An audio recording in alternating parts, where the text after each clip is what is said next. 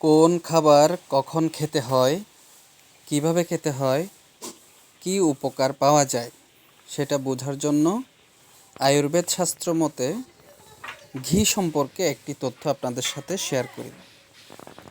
ঘি যদি আপনি খাবারের আগে খান তাহলে ওজন কমাতে সহযোগিতা করে।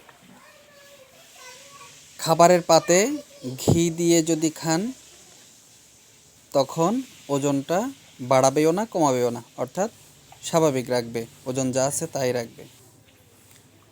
খাবার খাওয়ার পরে যদি ঘি খান তখন আপনার ওজন বাড়াবে। তাই বলি, ঘি খাওয়ার আগে ঘি আপনি কোন পারপাসে খাচ্ছেন সেটা বুঝে তারপর ঘি খান।